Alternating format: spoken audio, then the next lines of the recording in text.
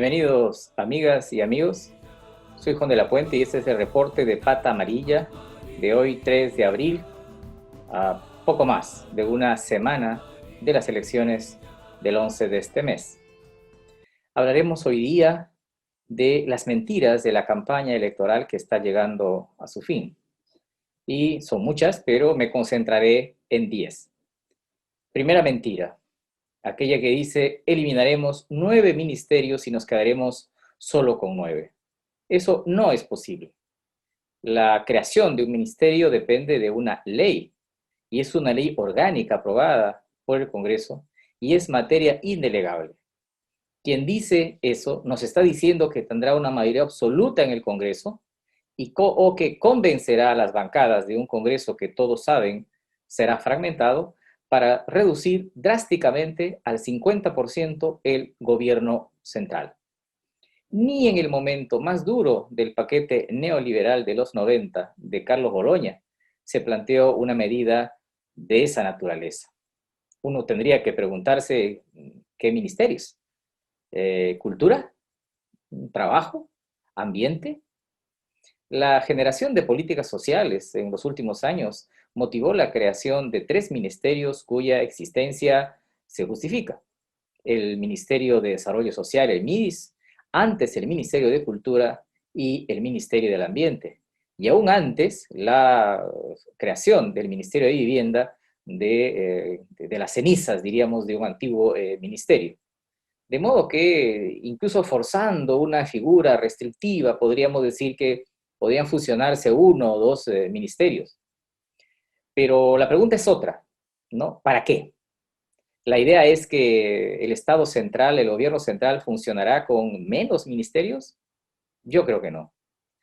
En el fondo es la idea de menos Estado, es decir, menos políticas públicas, ¿no? Y creer que la eficiencia del Estado depende del número de ministerios y no, reitero, de las políticas. Esto, por ejemplo, implicaría, si se reduce el gobierno central a la mitad, el despido de decenas de miles de trabajadores. El Estado peruano no es un Estado elefantiásico. El Estado peruano tiene un tamaño del 20% del Producto Bruto Interno, muy por debajo de Brasil, que tiene sobre el 30, casi el 40, Argentina sobre el 30% del PBI, debajo de Chile y de Colombia, y obviamente debajo del promedio mundial, que es de 29%. Hoy la discusión no es sobre cuánto tienes de Estado, sino si es un Estado eficaz, pero la idea de reducir el Estado en el fondo es una nostalgia neoliberal en la época de la crisis del neoliberalismo. La segunda mentira, que la Constitución de 1993 produjo bienestar. Conceptualmente ya es un error, porque las constituciones no producen avances o retroceso. Eso es casi el ABC del derecho constitucional, ¿no? Además forma parte de esta idea ilusa de que las leyes, ¿no? Tienen una especie de fetiche, ¿no?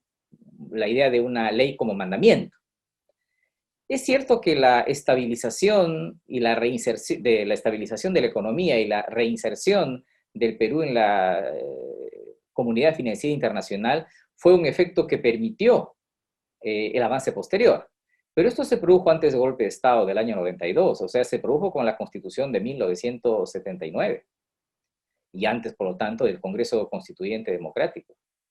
Más bien había que recordar que el año 2001, cuando se inicia el actual ciclo democrático, teníamos 56% de pobreza, que había crecido precisamente en la década del gobierno de Fujimori. Y habría que recordar que en el proceso del año 2001 al 2011, ¿no? El crecimiento de la economía y la reducción sustantiva de la pobreza de 56% a 20% no se produjo por la Constitución, sino a pesar de la Constitución. Y habría que considerar los enormes conflictos sociales que se tuvo en aquellos años y además la innovación del modelo económico que dejó Fujimori, porque a ese modelo económico, que era un modelo que creaba recesión o poco o bajo crecimiento, se incentivó demanda, se incrementó demanda. Y hubo un auge de los precios internacionales que tampoco puede desconocerse. Más inversión pública, sobre todo en el gobierno del presidente García, del 2006 al 2011. Se creó el programa Juntos el año 2005. Luego en el gobierno de Humala se creó Pensión 65, Caliwarma. Entonces hubo un cambio sustantivo al interior del propio modelo. Entonces, todo ello además en democracia. Entonces, es cierto, es una defensa también nostálgica del neoliberalismo, pero ni conceptualmente ni en la realidad es un argumento correcto. La tercera mentira es, cuidado con los planes de gobierno que cuestan demasiado. Y la verdad es que eso depende. Y depende de muchas cosas. Primero porque hay que sumar, pero en política económica no solo hay que sumar. Debe cierto decirse de dónde saldrá el dinero, por supuesto, pero un plan no es solo el que resta ingresos del gasto fiscal, porque uno no puede quedarse con la suma y sentarte a esperar el desarrollo de la economía. Esa es la idea de un cajero, es el viejo concepto del MEF cajero. El mejor Estado no es el que no gasta, sino el que financia adecuadamente ese gasto. Por lo tanto, el papel de una política económica es hacer una segunda operación, que es el financiamiento, es decir, recaudación, crecimiento, inversión privada, crédito, generación de empleo con inversión privada, mejorar la balanza, etc. Es esta idea de plantear solo una suma de los planes de gobierno para a partir de ello decir cuál implica mayor gasto, me parece que es una operación incluso demasiado inocente para cualquier estudiante de economía. Cuarta mentira, los bonos producen gasto fiscal excesivo. Eso no es cierto. Los bonos además forman parte de un círculo político, económico y social virtuoso.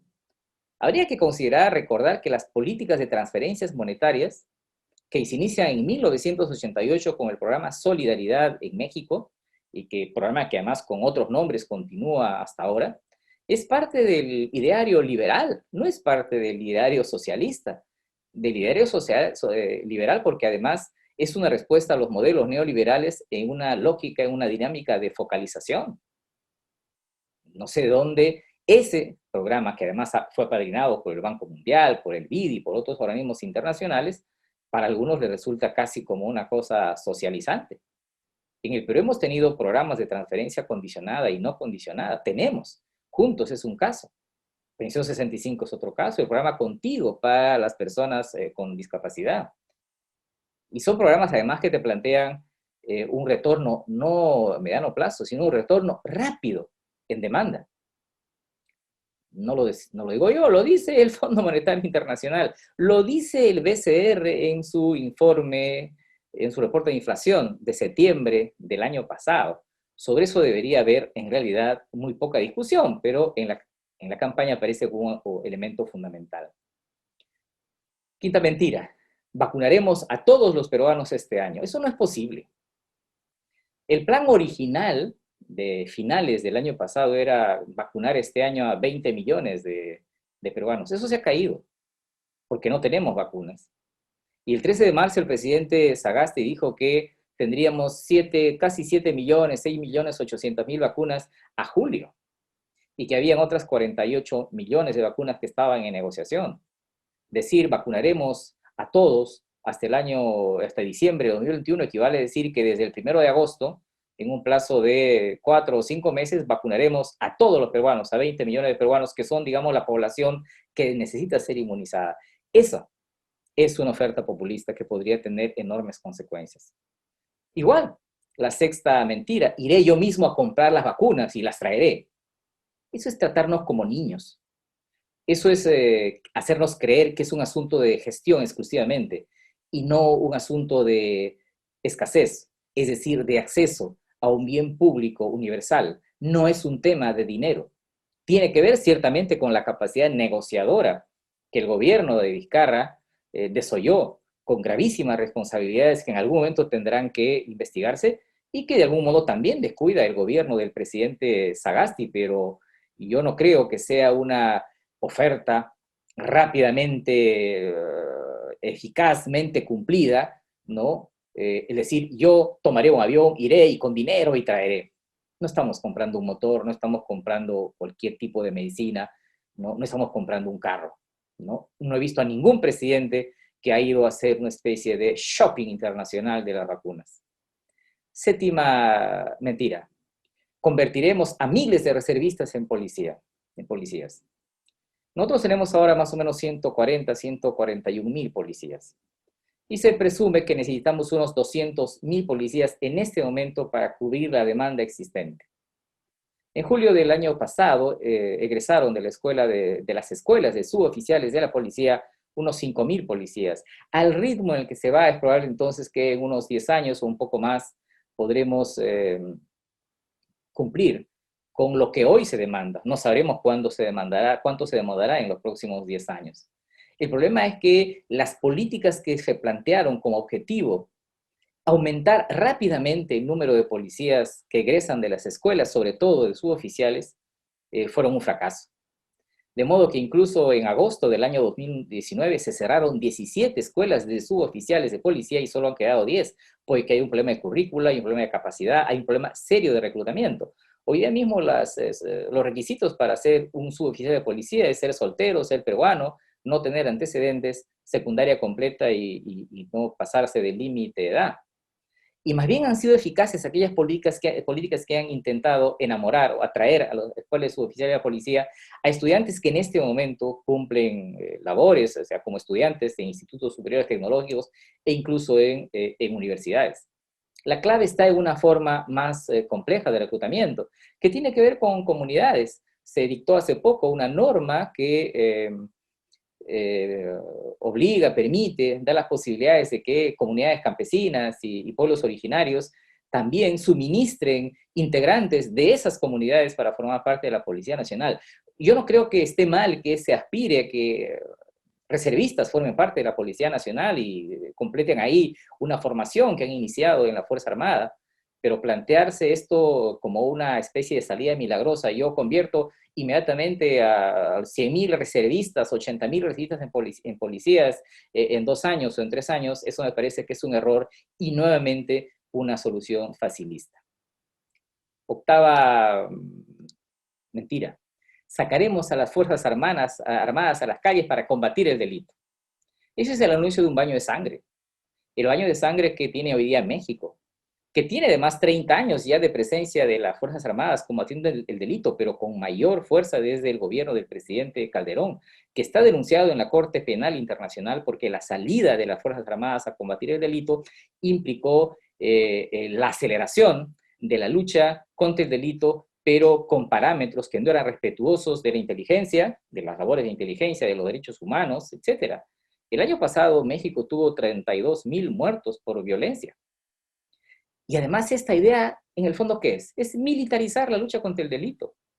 Cuando los especialistas en todos los países te dicen que esa no es la salida. La salida es desarrollar la inteligencia, reforma policial y reformar la justicia. La seguridad ciudadana hace muchos años no es un asunto de policías y ladrones, de policías y delincuentes, es un asunto mucho más complejo. Claro, se incentiva luego la idea de que como los militares tienen armas y tienen tanques y tienen armamento y poderío bélico, entonces ellos van a poder luchar contra el delito. Eso no es cierto. La lucha contra el delito tiene que ver sobre todo con trabajo de inteligencia. Y hay que mirar nomás lo que está pasando en varios países de América Latina que se han atrevido a sacar a los militares a la calle y además abriendo las puertas a la corrupción en las mismas Fuerzas Armadas. La novena es, pondremos cámaras de videovigilancia para la seguridad ciudadana. Como iniciativa no me parece mal, solo habría que decir para qué, cuántas cámaras, dónde, quién controla las cámaras. No es una mala idea, pero ojo, cuidado con los derechos humanos. En este momento en el Perú tenemos ya cámaras con identificación facial y las normas en relación a estas cámaras no están claras. Por ejemplo, la cadena de custodia. En cuánto tiempo se eliminan los datos, o sea, cómo se anonimizan los datos. Cómo luego esto se maneja en relación a los casos. ¿Se acuerdan del caso de la periodista del Diario Expreso, cuya casa fue allanada en la búsqueda de la grabación de un acto delictivo que ocurrió frente a su casa y que la cámara de videovigilancia había filmado? Hay países a quienes le ha ido muy bien en el uso de la videovigilancia y otros les ha ido muy mal. De modo, plantear como una salida milagrosa me parece que es un error, sobre todo porque en el caso de Lima tenemos muchos distritos videovigilados donde esa videovigilancia no ha servido para combatir el delito. Y la 10ª mentira: implantaremos la pena de muerte y más delitos para combatir, y más penas para combatir el delito. Eso no es posible. No es posible llamar a un referéndum para la supresión de derechos fundamentales. Y tampoco es viable la salida del Perú de la Corte Interamericana de Derechos Humanos, por más que las tesis autoritarias y conservadoras lo propongan. Eso es parte del populismo penal. En el Perú tenemos un solo juez por cada 11.000 personas. Y tenemos decenas, probablemente centenares de modificaciones del Código Penal en la idea de incrementar penas. Pero tenemos en el Poder Judicial 4 millones de expedientes sin resolver y 200.000 casos nuevos cada año. Entonces el populismo penal tampoco es una salida. Hay ideas mucho más interesantes en reformar la justicia, el acceso, resolver el tema de la provisionalidad de los jueces, resolver el asunto de los expedientes atascados. Estos son, por ahora, 10 de las mentiras que se dicen en esta campaña electoral. Y bueno, nos seguiremos viendo más adelante. Gracias, amigos.